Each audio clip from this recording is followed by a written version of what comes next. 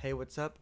Today we're going to be doing common college misconceptions. So I'll just get ahead started, kick it off the bat. But before we start, I just want to say it's football season.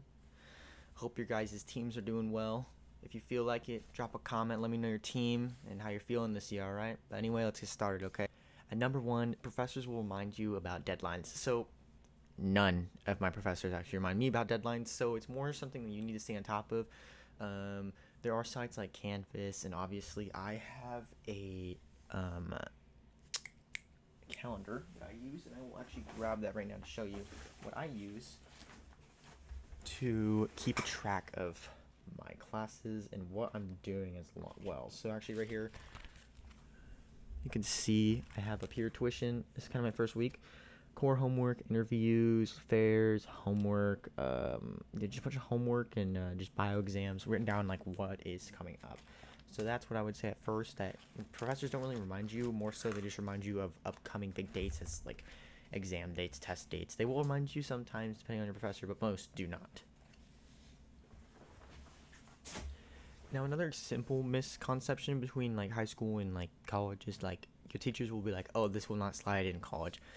I guarantee you, 99% of the things you do will slide in college. They're very chill most of the time. They're very understanding too, as long as you just provide proof. Like, if you miss class, just be like, "Hey, I missed class." Like, make sure to provide some type of like validation. You can't just be like, "I miss class every day," and just use that as an excuse. It's not really how it slides, but it definitely is a lot easier in college for professors to understand and like just totally get you. So that's the second one. It's probably one of the bigger ones. I know because as a high school student, a lot of my teachers said that would not slide in college, and here I am doing totally fine with half the things that they told me. So you just live it up, honestly. They really don't care half the time as long as you're doing your work and you're like at least trying. You gotta try. So one of the biggest ones that I've heard is attendance. Now attendance most of the time is not required. 99% of the time it's not, but for some colleges it is something that they determine. If you miss your first few classes, they will drop you. But every college is a little bit different. Mine is not like that, but attendance is a grade, and specifically for one of my classes, chemistry, he at the end of the year bases grades off of attendance. So let's say I have an 89.95% and I have very bad attendance. He will not raise that because I should have taken the time to be there and understand. Now, if I have high attendance, he knows that I'm obviously there trying, going office hours too. So it shows that I actually care and I'm trying and I'm putting in effort. So attendance is something you should be focusing on, in my opinion. Don't just skip classes. I'll be very blunt. I've missed about two classes this year. It's been 3 weeks, but still, like, I'm barely missing classes. And the first time, it wasn't even my fault. I totally forgot. Like, I didn't even, the schedule was mixed up. So, I didn't have control over that. And then I got it fixed. And then, the professor just tell them, like, hey, like, I had something messed up, or just explain to them, like, what happens, like, they're totally understanding people. They're humans too. Okay, now here's one that I want to go over. Office hours are only for struggling students. Now that's not necessarily true because office hours are office hours are times for you as a student to better understand curriculum. So if you're having just a struggling, like if you're just, it could be one unit, you can go in for office hours. You can totally go in for office hours to just help understand it. It's not for struggling students. It's just for people who want to understand better. And not everyone is in there just because they're failing the class. They can also be in there just for talking and just questions. It doesn't necessarily have to be that you're failing the class or anything like that. Here's a pretty big one as well. You have to know what you want to study when you go to college. Now, I totally don't believe that because everyone changes. Now, I'm pretty set on dental because it's been kind of a goal for me now, and I'm most likely going to stick towards that. But I do know people who have changed in a year or two, and that's totally normal. 90% of students change their major while in college, and the other 10% probably wish they did. And it's not anything bad. Like, no one's gonna be like, "Oh my god, you changed your," like, no one cares. Generally, no one cares. Like, it's totally okay. We all change, and the things you might want to do and the goals you might have set might change, and that's totally fine. Like, no one's here to belittle you or judge you. Like, do what you want. You're on your own time. You're going your own path. You should care about yourself rather than what others think about you. Let's get And now we're gonna start with the more like social side of college. So like probably the biggest one is you have to go to parties to have fun. You don't really have to go to parties, and even if you go to parties, you don't have to be drinking or doing any of that. You don't have to be smoking, drinking, doing any of that type of stuff. You can just totally be there with your friends to enjoy the time. And also like college parties aren't really what they look like. I mean, I've been to like three, and they're nothing like it. I mean, some campuses are obviously different, where some are more party focused, while others are more academic based, and it's totally different. But you don't need to go to parties to have a social life, and not everyone's partying all the time. Most people are studying. I mean, I find myself in the library twice a week studying for just classes to get ahead of myself and get ready and set for the school year. So I mean, that's totally fine. And yeah, I want to go over one that isn't really a common misconception, but not a lot of people think about, is that like employers only care about your GPA. Now, your GPA doesn't necessarily really mean, I mean, it definitely has an effect and kind of a broad scale of what you are able to do, but also what they look for is clubs, internships, research. There's a bunch of other things, like not just having a good GPA is good. You want to get involved and also included within the community. Volunteering works really well too. Um, for example, for dental work, I'm in 3 clubs. I'm in soap carving, clay club, and dental research club. So these are really good to help build my resume up. And it's really good that you yourself find a good personalized club and or research program that you can do, as long as like internships are really really good too.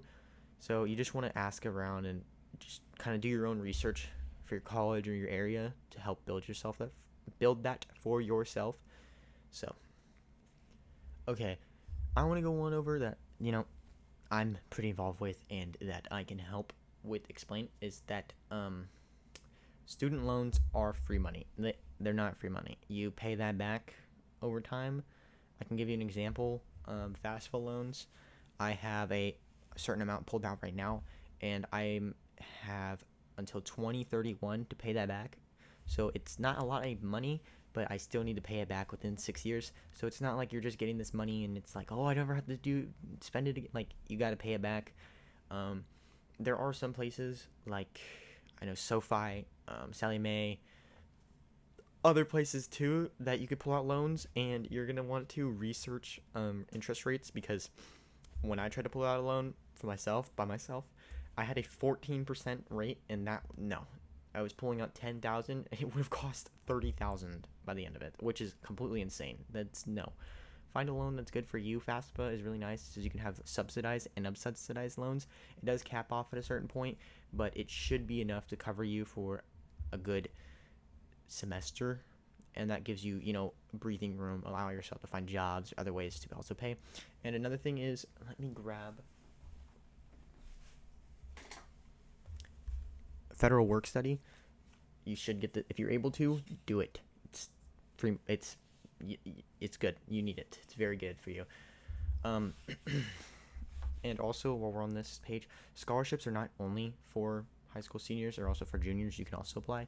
And when you do scholarships, keep applying. Do not stop. Just because you have one doesn't mean you're going to get it. And if you have, for example, 20, if even one of them is good, that's set. But keep going. It's a scholarship. It's literally money for your college. You need that money. It's not cheap. College is expensive, but it doesn't mean necessarily you're going to come out with just crippling debt. I mean, right now I have a very, very good scholarship. I mean, I'm paying a decent amount still, but with what I've been able to find, it's very comfortable, and I'm not stressing out. And I recommend that all of you guys also take the same precautions. Just get some scholarships. There's a lot of sites. I'll put in the description 2 sites for scholarships, and just keep applying. Some of them you don't need essays. Some of them you do need essays. And when you're writing these essays, take your time. Don't ChatGPT it. Just take your time. Write out something that relates to you, and you want to stand out. Don't be like the rest of people who just make empathy. Like if I just do this and that, I'll get it. No, make your own stand out. They want people who stand out and who are committed. Like, you want to be your own identity. Don't fit into the rest of the system. Be yourself and stand out. Okay. Good one. So working during school means you're going to fail. Just because you're working doesn't mean you're going to fail. I mean, you're going to be working part-time, so the hours might suck because you're going to be working after school most of the time as well as weekends. But just set aside 2 or 3 days a week to study, i.e., I have Tuesdays and Thursdays off to study. I have the mornings on Thursdays because I have a night lab class, and then I have the night on Tuesday to study, so I have time. And as long as like you just set yourself like at least 8 hours a week, you'll be set. I mean, depending on your class load and your workload and what classes look like, you might need to kind of mix it around and create your own schedule. But it's something to look forward to when you're starting school. Is just, how's my schedule looking, for one, and how can I fit work in? If obviously not everyone needs to work, but if you do need to work, you want a good schedule so you don't have to have like time, like you don't want it to intertwine. You want your time to be two separate blocks: work time, school time, and then decent gap, and then you want study time, obviously. So give yourself time and just build your own schedule for yourself. Okay, now here's one that I can obviously relate to, because I know some people. Your major completely determines your career path. Okay, just because I have a biological science degree, for sakes, doesn't mean I have to do something that's in with that. I know people who have degrees and are doing something completely different. I know people who have degrees in like civil engineering but are teachers for just like English and stuff like that. Like just simple things. Like it's not you're just because you get a degree in something doesn't mean you're able to do something completely different. It helps a lot. Like for for example, dentistry, you want a good, bio, chem, pre-dent, anything you can do. But just because you have that doesn't mean you have to do something within that range. Like you can do what you want, if that makes sense. Like don't just because you have that title doesn't mean you have to do it. You're totally allowed to do whatever you want as long as your heart desires. Just want to kind of go a little bit more into clubs. So most people think clubs are just for your resume, and that's totally not true. I mean, I definitely have my dental research club just for my resume, but I'm sure that it's also going to be fun as long as Clay Club and Soap Carving Club. It's not just to build your resume. Like you're there to have fun, and you're in a club. You're meant to be there, socialize, and have fun. It's not just so you can be like, oh, I took this, and that. It's also so you can have fun and enjoy your time. Obviously, you don't want to be spending your entire time just studying and working. You want to give yourself some free time. Now, whether that be, like archery club or running club or whatever club it is, do it. It's for not only, it really helps build a resume, but also it's for fun. It helps you relax a little bit, it gives you some extra time that you're like, okay, I'm doing something for myself. I'm having fun and I'm enjoying it. It's taking a step back from the stress and taking a step forward into your own self. So I think taking a club is very, very good. Now, it doesn't matter what club you have to take, but just take one. Well, guys, that'll be a wrap for today's video. If you guys enjoy these type of videos and want to see more, one way to show your appreciation is by subscribing, or if you don't feel like subscribing, leaving a like or comment is totally acceptable. If we can get to 5 likes, I will make a new video. Just focus towards how to set yourself up for success in college.